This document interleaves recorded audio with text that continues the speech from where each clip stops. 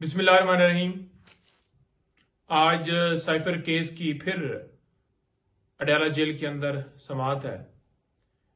वैसे तो पाकिस्तान में आम रूटीन में मुकदमात चलाए जाते हैं, उनमें हफ्ता 10 दिन रूटीन के मुताबिक डेट्स होती हैं, महीने महीने की, दो महीने की डेट्स होती हैं केसेस के अंदर। लेकिन ये क्योंकि इन केसेस के साथ नाम जुड़ा हुआ है इमरान खान साहब का, और जैसा कि आपको पता है कि पीडीएम हुकूमत ने 16 महीनों में अपने केसेस खत्म करवाने के लिए और इमरान खान साहब के ऊपर केसेस बनाने के लिए सारा जोर लगाए रखा और 200 के करीब केसेस उनके ऊपर बना दिए गए। तो आज फर्द जुर्म के हवाले से उन्होंने डेट जो है वो फिक्स की हुई है। इस्लामाबाद हाई कोर्ट, जिनके पास शाह महमूद कुरैशी साहब की बेल होती है, उस बेल के अंदर ऑर्डर करते हुए वो कहते हैं जी कि 4 हफ्तों के अंदर ये ट्रायल जो है ये कंक्लूड किया जाए।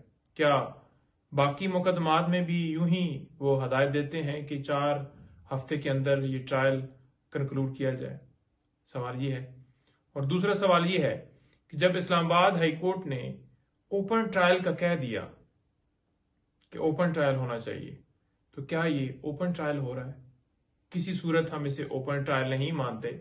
उसकी रीजन ये है कि ओपन ट्रायल आम कोर्ट के अंदर जब अदालत ने हुक्म दिया था कि खान साहब को पेश किया जाए, तो उसके ऊपर एक बहाना बनाया गया सरकार की तरफ से कि सिक्योरिटी खदशात हैं, खुफिया अदारों की कोई रिपोर्ट पेश की गई। तो हम समझ से बाहर थे कि वो रिपोर्ट जब हमने कहा कि हमें दिखाई जाए तो वो दिखाई भी नहीं गई। लिहाजा अदालत का हुक्म नहीं माना और अदालत फिर खुद चलकर अडयाला जेल के अंदर जो है वो चली गई। अब अडयाला जेल में इससे पहले भी मुख्तलिफ नोटिफिकेशन निकाले गए और जो प्रोसीडिंग्स की गई इस केस के अंदर वो बिल्कुल गैर कानूनी थी। और वही बात हुई कि इस्लामाबाद हाई कोर्ट ने नोटिफिकेशंस को और उन तमाम प्रोसीडिंग्स को कलअदम करार देते हुए ट्रायल को दोबारा स्टार्ट किया है। तो अब दोबारा वही तरीकाकार किया जा रहा है, उसी तरीके से ट्रायल चलाया जा रहा है। जेल के अंदर जहां पर अदालत बनाई गई है वहां पर शीशे के जो केबन दीवारें बना दी गई हैं और हैरान है कि चूज करके मीडिया के 2-4 लोग कल भी लेकर गए हैं। आपने देखा कि लास्ट हियरिंग के ऊपर जब मीडिया गया तो उन्होंने आकर रिपोर्ट किया कि खान साहब तो बड़े डटे हुए हैं और पुरज़म हैं और उनके जो मैसेजेस थे वो कौम को बताए गए। तो एक साहबी को तो वहां से बोल चैनल से निकाल दिया गया कि आपने ऐसी आगे रिपोर्टिंग क्यों की है। उनसे बल्कि बयान लेने की भी पूरी कोशिश की गई कि आप ये कहें कि मुझे कहा गया था और मैंने उनके कहने के ऊपर ये बयान दिया था, असल हकीकत नहीं है। तो उसने कहा जी मैं साफ्ती असूलों को अपनाते हुए बिल्कुल उस बात को एक्सेप्ट नहीं करूंगा और जो मुझे हकीकत लगी मैंने आकर बता दी।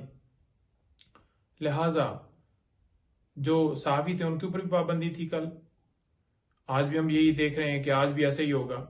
और उसी तरह वकला के ऊपर भी एक पाबंदी लगाएगी कि एक मखसूस तादाद, और फिर आम पब्लिक वो तो थी नहीं।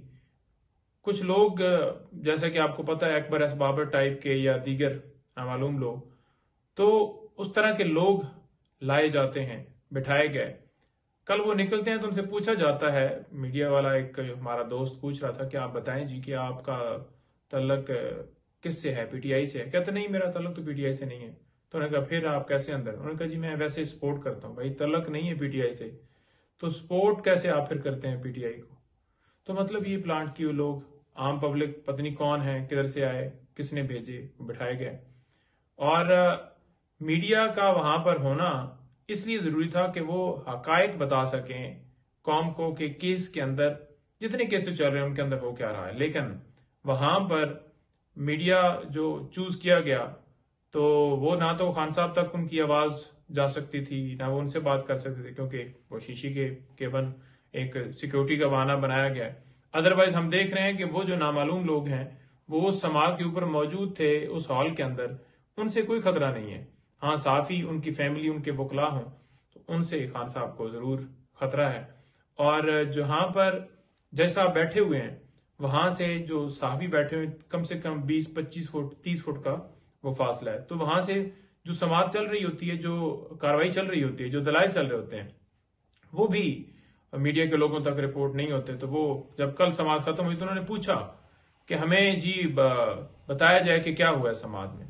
तो क्या ये सिर्फ लोग एक ड्रामा रचाया जा रहा है कि लोगों को अंदर ले जाना है, जब उन तक समाअत की आवाज ही नहीं आ रही कि अंदर हो क्या रहा है, तो फिर उस अंदर भिजवाने का क्या फायदा।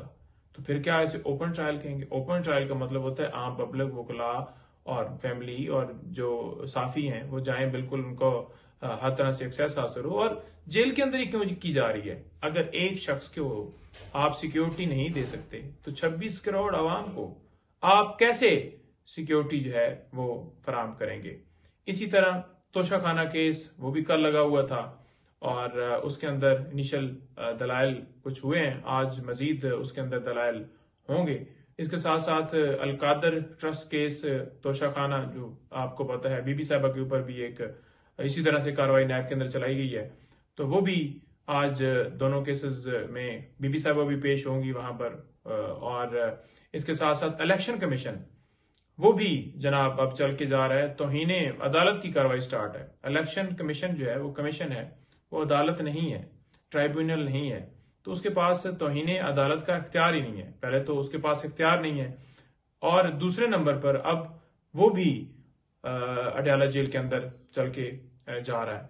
तो मेरा ख्याल में अब सिर्फ सुप्रीम कोर्ट और हाई कोर्ट ही रह गई है, बाकी तो हर जो है वो अदालत जो है या हर ट्राइब्यूनल या कोई भी जो है वो कोई कसर बाकी नहीं है कि कोई वहां पर जो है रह गया हो। तो इस तरह से ये कार्रवाई चलाई जा रही है। तो मजीद इंशाल्लाह नेक्स्ट वीडियो में बताऊंगा। Thank you.